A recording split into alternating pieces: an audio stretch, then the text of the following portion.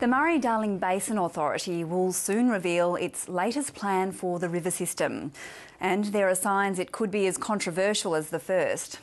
Last year, angry farmers burnt copies of the Basin Guide, saying cuts to water allocations would destroy communities. The Victorian Government has been briefed on the new plan and says it has serious concerns for the future of many towns. Danny Morgan reports from the Murray.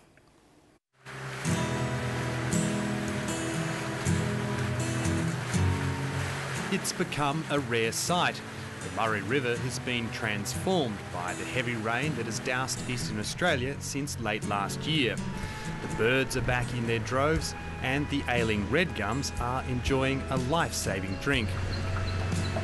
The drenching has brought relief to the environment, but the communities along the Murray-Darling rivers are waiting to see how the water will be divided up under the new basin plan. The last one, released in October at the end of the drought, is still causing ripples. Burn the plan! Burn the plan! We can't put it out because we've got no water if they take it, eh? It was a massive blow. You know, we thought we're going to lose another third of our water, and most businesses would have said, well, that's going to destroy us. Is it the intention of the MDBA to bankrupt regional Australia? It would sort of bring, ruination of the whole Goulburn Valley. Even environmentalists, who are happy with the content, couldn't believe the manner in which it was delivered. The initial basin plan was really an exercise in how not to conduct public consultation. The plan suggested 3,000 to 4,000 gigalitres of water be returned to the river system to improve its health. That amounted to about a third of all water devoted to irrigation. Stockfeed supplier Robert DANIELI says the Murray-Darling Basin Authority paid little heed to the impact such a large cut would have on his hometown of Kyabram in northern Victoria.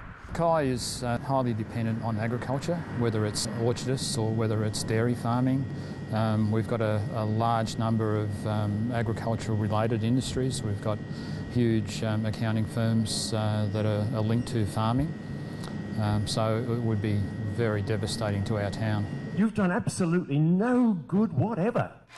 The plan was widely criticised when the authority held public meetings around the basin, most notably at Griffith in southern New South Wales. Government couldn't give a shit about what happens to us people here. Not long after, the authority's chairman, Mike Taylor, resigned. The federal government soon replaced him with former New South Wales Labor Minister Craig Knowles. Mr Knowles has promised to consult more widely and consider the plight of irrigation communities as he develops the updated plan that's set to be released early next month. But his approach has already attracted criticism.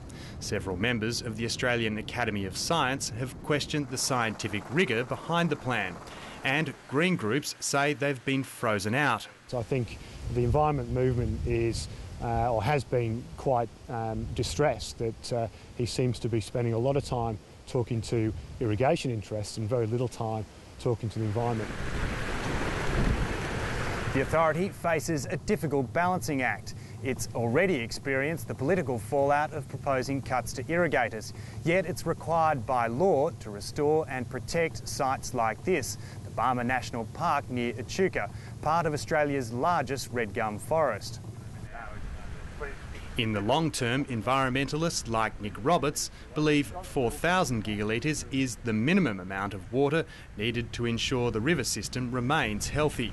He's worried by widespread talk that Craig Knowles and the authority will try to placate angry farmers by lowering the diversion recommendation to 2,800 gigalitres. That would be a compromise that really wouldn't deliver on what was promised. The rivers need more than that. It doesn't stack up when the scientists look at it. Some of the scientific community have walked away from the process because they're dissatisfied with the level of scrutiny of these figures. Kyabram dairy farmer Cole Dixon takes a different view. He says the river system is looking healthy again now that the drought has broken. He argues any cuts to water rights should be kept to a minimum. To my way of thinking, it should be left the way it is. I think the system was built for irrigation, and there have been dry areas, dry periods years gone by before we're on this planet, and there'll be dry periods after we leave this planet. Craig Knowles is now putting the final touches to the draft plan and this week briefed Victoria's Water Minister Peter Walsh on the numbers.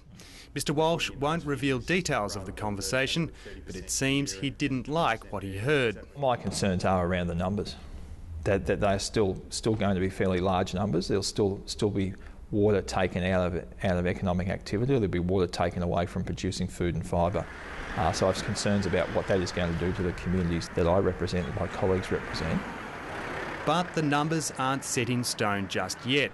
After he releases the draft plan next month, Craig Knowles is set to visit several basin communities to get feedback before the final plan is delivered to the federal government early next year.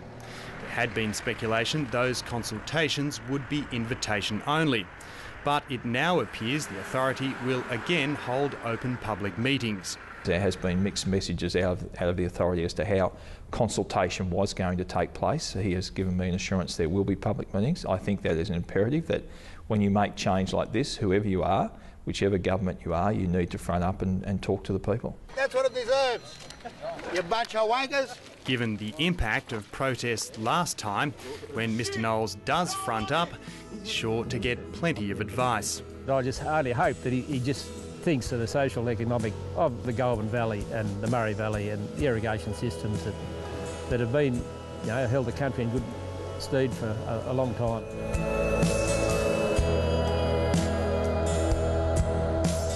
Because these rivers support not only really important wildlife and environmental attributes, they also support vibrant communities and strong agricultural businesses.